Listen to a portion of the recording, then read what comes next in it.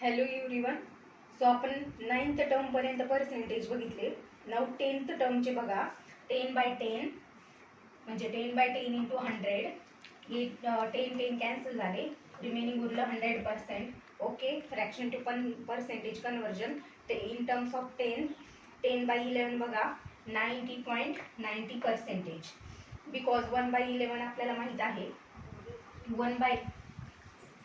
1/11 is equal to 9.09% असतं. 10 जर multiply केलं तर 90.90% येतं. ओके, म्हणून हे काय आलं 90.90% आलं.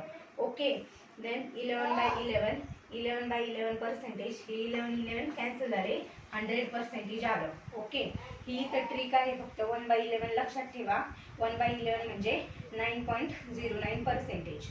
9.09%. याला जर 10 ने मल्टिप्लाय केलं तर 90.90% येईल. ओके, सो त्यामुळे हे 90.90% आलं. हा इझी फॉर्मॅट आहे, हा देखील इझी फॉर्मॅट आहे. आणि यासाठी ट्रिक आहे 1/11 9.09%. त्याला जर 10 ने मल्टिप्लाय केलं तर 90.90% येतं.